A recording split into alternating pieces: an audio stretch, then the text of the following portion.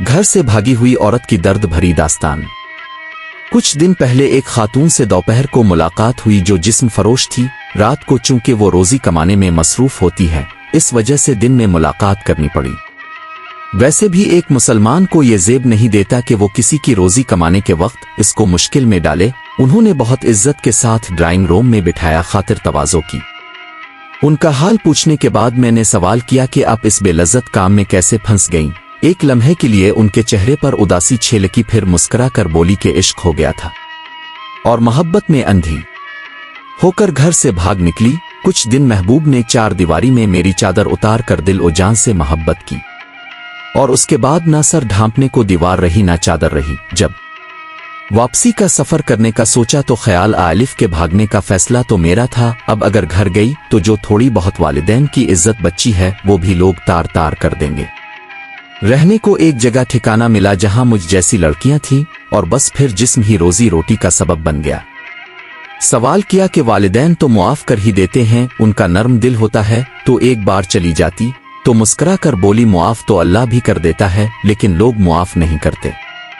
औरत का मुंह काला हो जाए तो फिर ये दुनिया वाले कभी गोरा होने नहीं देते, मरते दम तक काला ही रहता है। मैंने सवाल किया कि चली भीख मांग लेती, कम से कम जिस्म फिरोशी से तो अच्छा काम है। तो बोली, ये सब किताबी बातें हैं, कोई किसी भिखारन को किराए का कमरा भी नहीं देता, झोंपड़ी में भी नहीं रखता, इज्जत बीच कर कम से कम इज्जत से तो रा लेती हूँ। अपना घर है, अपना बिस्तर है, इस दुनिया में इसी की इज्जत है जिसके पास पैसा है। ये दुनिया तो मुनाफिक लोगों से भी भरी पड़ी है जो नेकी का दर्स देते हैं और अंदर से शैतान हैं। किसी मौलवी को कहीं के तवाइफ से शादी करेगा तो वहीं बोलती बंद हो जाएगी। सवाल किया कि मोहब्बत किया है, तो कुछ लम्हे खामोश रहने के बाद बोले कि मोहब्बत भी एक धंधा है। मर्द अपनी रकम इन्वेस्ट करता है और फिर महबूबा की जिस्म से खेल कर सूद समेत वापस लेता है। अब वो औरत अपने महबूब के रहम और करम पर होती है। मर्जी है शादी कर ले और मर्जी है छोड़ दे। जो लोग सच में मोहब्बत करते हैं वो निकाह का रास्ता इख्तियार करते हैं। सवाल किया कि गुनाह करते हुए तकलीफ नहीं होती? तो बोले कि जब इंसान गंदगी के ढेर में रहने लग जाए तो फिर इसे बदबू का एहसास नहीं होता, बल्कि खुशबू उसके लिए जहर बन जाती है। बस अपना भी मामला ऐसे ही है। सवाल किया कि नौकरी कर लेती, कहीं शादी कर लेती तो भी तो गुनाह से बच सकती थी।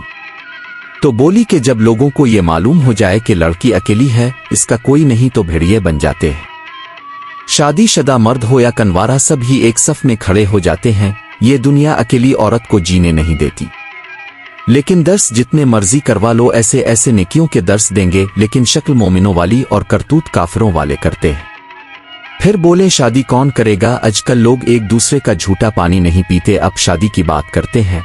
अब तो कब्र तक ये गुनाह साथ ही रहेगा। 5 वक्त की नमाज पढ़ती हूँ, हाफिज करून हूँ, अपना मामला अल्लाह पर छोड़ कर रखा है। इसकी मर्जी है, जहन्नम में डाले आ जन्नत में डाले। खुदकशी भी हराम है, जिस्म फिरोशी भी हराम है। मरने की हिम्मत नहीं थी तो इसलिए ये काम कर रही हूँ। मेरी मोहब्बत की दर्दनाक कहानी। ये मेरी पहली मोहब्बत की एक सच्ची कहानी है जो मैं आज आपको सुना रहा हूँ। दोस्तों, मैं आपको बता नहीं सकता कि मेरे साथ किया हुआ। जो मेरे साथ हुआ है वो अल्लाह किसी दुश्मन के साथ भी ना करे।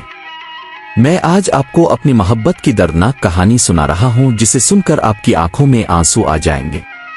मेरे घर के सामने एक लड़की रहती थी जिसका नाम सादिया था। बहुत खूबसूरत थी, गोरा रंग, लंबे लंबे बाल, गुलाबी होंठ, नीली आंखें, आंखें ऐसी के डूब जाने को जी चाहे। इसकी हरनी जैसी चाल थी, जब वो चलती तो बंदा देखता ही रह जाता। रोज इसे कॉलेज जाते देखता तो सारा दिन सुकून से गुजरता। जिस दिन इसे ना देखता बहुत बेचैनी होती थी। मेरी बहन और वो एक ही क्लास में पढ़ती थी, इसलिए इसका हमारे घर आना जाना हो गया। वो मेरी बहन के साथ बैठकर बातें करती और लैपटॉप पर काम करती रहती, और मैं खिड़की से छपकर उसका दीदार करता रहता। वो मुझे देखती तो इग्नोर कर देती। फिर आहिस्ता आहिस्ता इसने मुझे देखकर मुस्कुराना शुरू कर दिया। मुझे किसी ने बताया था कि अगर लड़की हंसी तो समझो फंसी। मुझे यकीन हो गया कि आग दोनों तरफ लगी हुई है। एक दिन वो मुझे आई लव यू जरूर बोलेगी। मैं रात को सोने से पहले घंटों उसको याद करता रहता, तसव्वुर ही तसव्वुर में इससे बातें करता रहता। कभी कभी वो ख्वाब में भी आ जाती। इसकी याद में मेरी नींद, मेरा चैन सब खो गया था। मैं किताब खोलता तो मुझे डायग्राम की जगह इसकी तस्वीर नजर आती। वो जब आती तो मैं दरवाजा खोलता, वो मुझे देखकर मुस्कुराती और शर्म से नजरें झुकाकर आगे चली जाती। मैंने भी अब घर में बन ठन कर रहना शुरू कर दिया, क्योंकि वो किसी भी वक्त आ सकती थी। अगर वो मुझे गंदे कपड़ों में देखती, शेव बड़ी हुई देखती तो क्या सोचती। मुझे समझ नहीं आती थी कि मैं इसे आई लव यू कैसे बोलूं, क्योंकि वो इसी वक्त आती थी जब मेरी बहन घर होती थी। मुझे एक दोस्त ने मशवरा दिया कि अगर खून से खत लिखो, वो तुम्हारा खून से लिखा हुआ खत देखकर तड़प पड़ेगी। मैंने इस मशवरे पर अमल करते हुए एक सुई लेकर अपना खून निकाला और अपने खून से एक कागज पर आई लव यू ओ लिख दिया और खत संभाल लिया। अगले दिन मेरी बहन और मां बाजार गए हुए थे। अचानक दरवाजे पर बैल हुई। मैं उठा और दरवाजे पर गया। वो लड़की मेरे सामने थी। मैंने इसको देखा, इसने मुस्कुराते हुए मुझे देखा और आंखें नीचे झुका ले। फिर इसने थोड़े तवक्कुफ के बाद पूछा कि मेरी बहन घर में है। मैंने कहा कि नहीं। इसने शर्माते हुए कहा कि अब से एक जरूरी बात करनी है, मैं अंदर आ सकती हूं। ये सुनते ही मैं हवाओं में उड़ने लगा। मुझे अपने प्यार की मंजिल करीब नजर आ रही थी। मैं तसव्वुर में खो गया, मैं ख्यालों में डूबा हुआ था। इसकी आवाज ने मुझे झंझोड़ा कि मैं अंदर आ सकती हूं। मैं रास्ते से हिट गया। मैं अपने कमरे में आ गया तो वो भी पीछे पीछे मेरे कमरे में आ गई। मैंने इसे बैठने को कहा, वो बैठ गई। मैंने इसे कहा कि अपने मुझसे कोई बात करनी थी, लेकिन वो हिचकिचा रही थी। मैं समझ गया कि इसने मुझे आई लव यू कहना है, लेकिन वो कह नहीं पा रही। इसने नजरें नीचे गाड़ी हुई थी। मैंने इसे कहा कि अपने जो कहना है खिलकर कहीं, मैं सुन रहा हूं।